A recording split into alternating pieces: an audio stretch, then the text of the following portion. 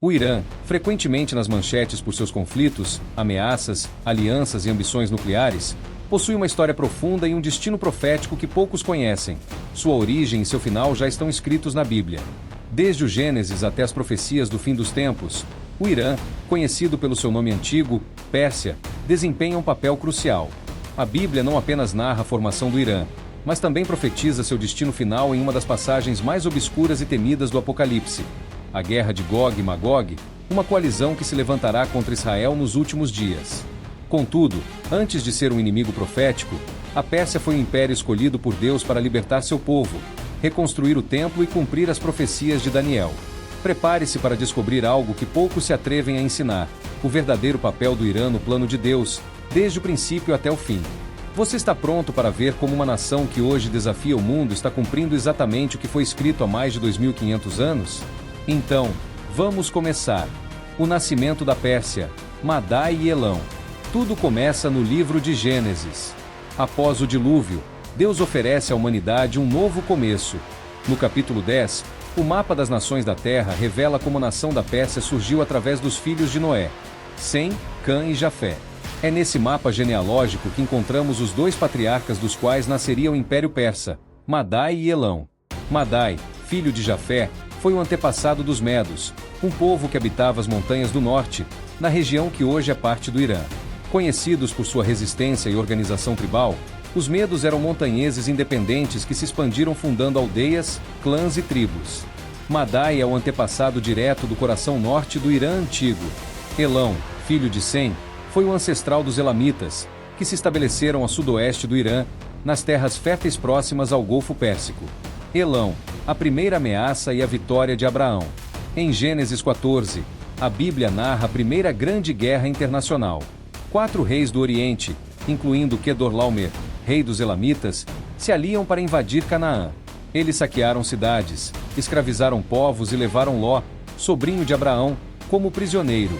Elão não era uma tribo insignificante, era uma potência e, segundo a Bíblia, foi a primeira nação a atacar o povo de fé. Contudo, Abraão não hesitou. Com apenas 318 servos treinados, ele perseguiu os invasores e os venceu à noite, resgatando Ló, libertando os cativos e humilhando os reis do Oriente. Foi uma vitória impossível, sem lógica humana, que deixou uma mensagem clara: nenhum poder do Oriente pode prevalecer contra aqueles que têm o favor de Deus. Pérsia, instrumento de juízo e libertação. Os séculos passaram, e as tribos elamitas e medas, antes derrotadas por Abraão, cresceram em número. Compartilhando o mesmo solo da antiga Mesopotâmia Oriental, uma nova força se preparava em silêncio. Primeiro clãs, depois reinos e, finalmente, um império, o Império Persa. Embora fossem nações pagãs, não estavam fora do plano de Deus. Os profetas Isaías e Jeremias proferiram 2 grandes profecias sobre eles. Isaías profetizou que Deus usaria Elão e Média como instrumentos para castigar Babilônia, que havia destruído Jerusalém e queimado o templo. Deus já havia decidido quem a puniria: a união dos povos do Irã. A segunda profecia foi ainda mais surpreendente. Deus não apenas usaria a Pérsia para castigar, mas também seria sua ferramenta de libertação. Isaías anunciou, mais de 150 anos antes do seu nascimento, que um rei pagão da Pérsia seria seu instrumento para libertar o povo de Israel do exílio e ordenar a reconstrução do templo em Jerusalém. Isaías o chamou pelo nome: Ciro. Ambas as profecias se cumpriram com uma exatidão aterrorizante. No século VI a.C., Seachares, rei dos Medos, unificou as tribos de Elão e Madai, fundando a primeira capital imperial em Batana. Seu neto, Ciro, uniria os reinos, formando o Império Medo-Persa. Daniel e as visões da Pérsia. Enquanto a Pérsia crescia em poder, Deus já havia revelado seu destino em sonhos proféticos a um jovem hebreu cativo na Babilônia, Daniel. Levado como escravo à corte babilônica após a destruição de Jerusalém, Daniel foi escolhido por Deus. Rodeado pelo esplendor corrupto do palácio real, ele não se contaminou, e por essa fidelidade, Deus lhe concedeu o dom das visões. Daniel viu como Deus levantaria outro império, um que substituiria a Babilônia e que desempenharia um papel fundamental no destino de seu povo, o Império da Pérsia. Em um sonho perturbador de Nabucodonosor, uma estátua gigantesca feita de diferentes metais se erguia. Daniel revelou o sonho e sua interpretação. A cabeça de ouro representava a Babilônia. O peito e os braços de prata representavam o reino inferior que se levantaria depois, não uma única nação, mas duas potências entrelaçadas em um só corpo. Os medos e os persas, unidos, mas não iguais, pois o braço persa se ergueria mais forte e tomaria o controle. Deus deu a Daniel outra visão ainda mais impactante. Das águas do caos, emergiam 4 feras, e a segunda era um urso gigantesco, erguido de um lado, com 3 costelas entre os dentes. O urso representava o império que viria depois de Babilônia, Média e Pérsia.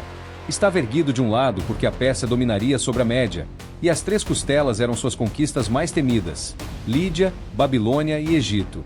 A queda de Babilônia e a ascensão de Ciro.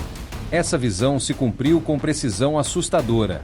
Ciro, o jovem rei persa, conquistou a Média e formou o Império Medo-Persa, tornando-se a maior potência de seu tempo.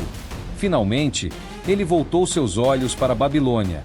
Na noite em que Belsazar, neto de Nabucodonosor, celebrava um banquete com 1000 nobres, usando os vasos sagrados roubados do Templo de Jerusalém, uma mão invisível escreveu na parede do palácio 4 palavras: Mene, Mene, Tekel, Parsim.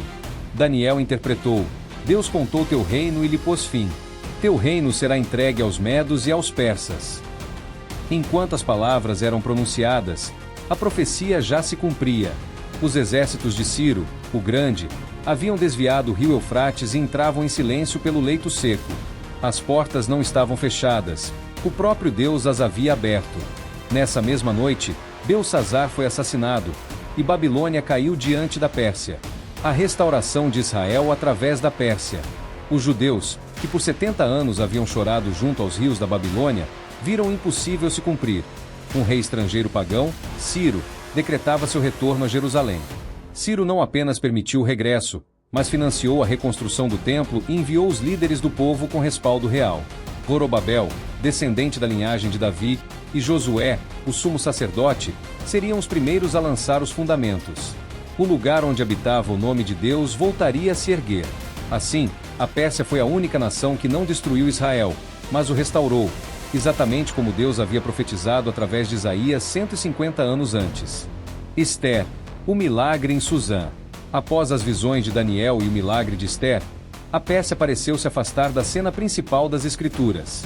Os séculos passaram, impérios mudaram, e Roma assumiu o domínio. Mas o silêncio da Pérsia não significava sua ausência. Séculos depois, quando o mundo esperava em silêncio a chegada do Messias, a Pérsia voltou a aparecer no Evangelho de Mateus. Lemos: uns magos vieram do Oriente a Jerusalém dizendo: onde está o rei dos judeus que nasceu? Porque sua estrela vimos no Oriente e viemos adorá-lo. Quem eram esses magos e por que vieram de tão longe só por um sinal? A palavra utilizada, magos, do grego magoi, refere-se a sábios, astrônomos e sacerdotes provenientes do Oriente. Embora o texto não mencione diretamente sua nacionalidade, tudo indica que vinham das antigas terras do Império Medo-Persa, ou seja, da região que hoje conhecemos como Irã. Os magos faziam parte de uma casta religiosa muito influente na Pérsia, conhecidos por seu conhecimento dos astros, das escrituras antigas e das profecias. É muito provável que entre os pergaminhos que estudavam estivessem os escritos do profeta Daniel, que havia servido na corte da Babilônia e da Pérsia séculos antes. Daniel não apenas interpretou sonhos, mas também profetizou a chegada do Messias com precisão matemática em Daniel 9. Se esses sábios conheciam as visões de Daniel, é muito possível que soubessem que o tempo do Messias se aproximava, e quando viram a estrela, compreenderam: o filho prometido havia nascido. O destino final do Irã, a guerra de Gog e Magog. A história do Irã na Bíblia não termina em Belém. Embora a Pérsia tenha sido um instrumento de redenção no passado, também fará parte de um dos episódios mais sombrios do futuro profético. Deus não apenas revelou o princípio da Pérsia, mas também anunciou o final através do profeta Ezequiel, em uma das visões mais temidas do Antigo Testamento, a guerra de Gog e Magog. No capítulo 38, Ezequiel descreve uma coalizão de nações que nos últimos dias se levantará contra Israel, o povo de Deus restaurado. Filho do homem, põe teu rosto contra Gog na terra de Magog, príncipe e chefe de Meseque e Tubal, e profetiza contra ele. Pérsia, Cuxi e Put estarão com eles. A Pérsia, o antigo Irã, é um dos primeiros nomes mencionados.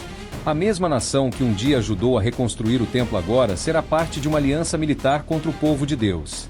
Quem são os outros aliados? Gog, príncipe de Magog.